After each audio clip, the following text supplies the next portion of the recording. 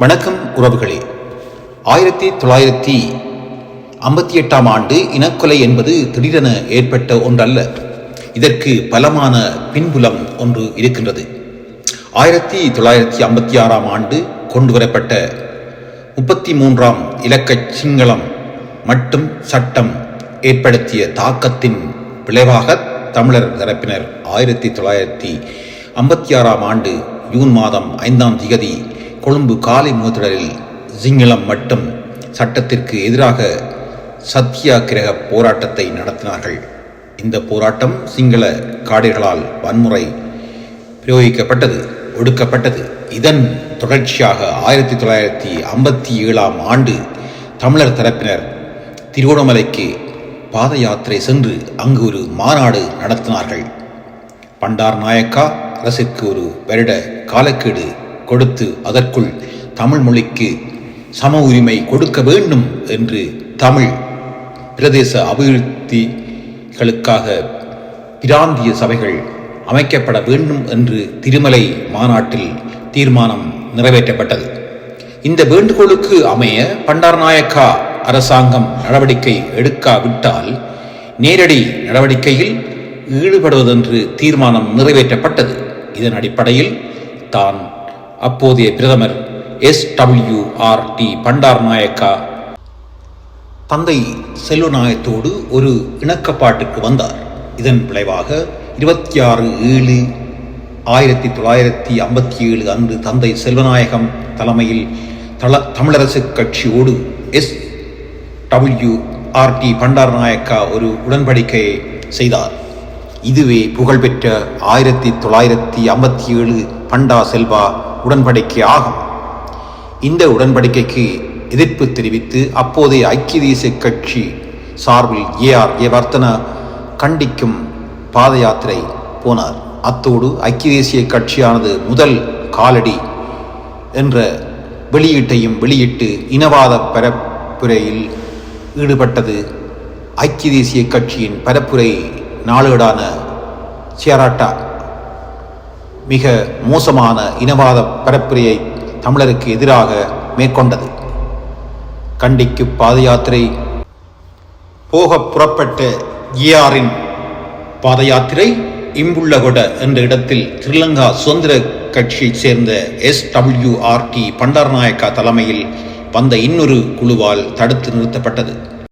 இதற்கிடையில் பண்டார் நாயக்காவை பதவிக்கு கொண்டு வந்த பிக்கு பெரமுனவை சேர்ந்த பௌத்த பிக்குமாரும் யாதிக விமுக்தி பெரமுனவை சேர்ந்த வெளிமட MP KMP ராஜரட்னாவும் கொழும்பு ஆனந்தா கல்லூரி அதிபர் மெத்தானந்தா போன்றவர்களும் சிங்கள தேசிய முன்னணியைச் சேர்ந்த RG சனநாயக்கா போன்றவர்களும் பண்டா செல்வா ஒப்பந்தத்தை கிழித்தெறியுமாறு பண்டார நாயக்காவுக்கு அழுத்தம் கொடுத்ததுடன் பிரதமர் பண்டார நாயக்காவின் கொழும்பு 7 ரெஷ்மிட் பகுதியில் அவரது இல்லத்திற்கு முன்னால் பண்டா செல்வா உடன்படிக்கையை கிழித்தெறியுமாறு முழக்கம் எழுப்பினார்கள்.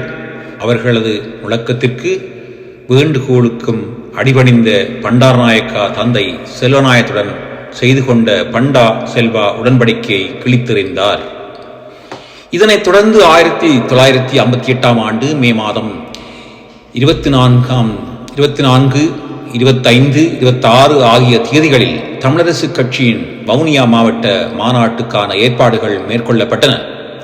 வவுனியா மாநாட்டிற்கு வருகை தந்து கொண்டிருந்த மட்டு அம்பாறையைச் சேர்ந்த தமிழரசு கட்சி தொண்டர்கள் பயணம் செய்த தொடரூந்து புலனறுவை மாவட்டத்தில் கிங்கூராகொட என்னும் தொடரூந்து நிலையத்தில் வைத்து வழிவரைக்கப்பட்டு சிங்கள காடியர்களால் தாக்கப்பட்டார்கள். இதே காலப்பகுதியில் நுவரேலியா மாநகர சபையின் மேஜர் செனி விரட்ன மட்டக்களப்புக்கு சென்று கொண்டிருந்த போது மட்டக்களப்பில் வைத்து தனிப்பட்ட காரணங்களுக்காக கொல்லப்பட்டார்.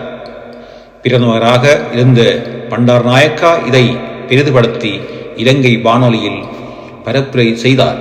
இதைத் தொடர்ந்து தீவு முழுவதும் தமிழர்களுக்கு எதிரான இனக்கொலை வெடித்தது. தமிழர்கள் படுகொலை செய்யப்பட்டார்கள்.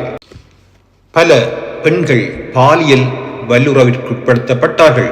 தமிழ் மக்களது சொத்துக்கள் சூறையாடப்பட்டன. பாணாந்துறையில் ஸ்ரீ கதிர் வேலாயுத சுவாமி கோவில் குருக்கள் ஆலயத்திற்குள் வைத்து உயிரோடு கொளுத்தப்பட்டார்.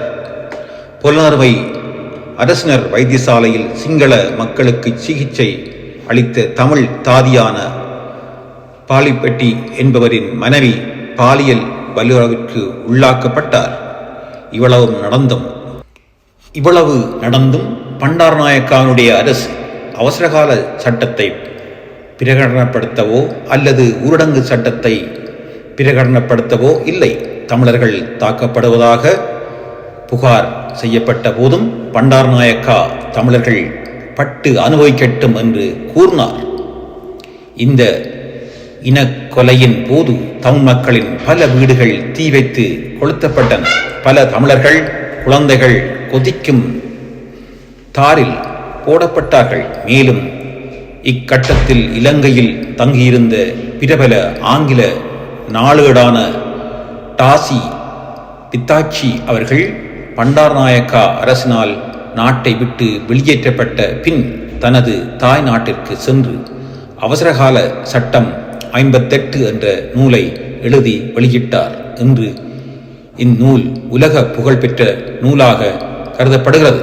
இக்காலத்தில் எல்லாமாக 300க்கு மேற்பட்ட தமிழ் பொதுமக்கள் கொல்லப்பட்டதாக அக்காலகட்டத்தில் வெளியான நாளேடுகள் வாயிலாக அறிய முடிகிறது.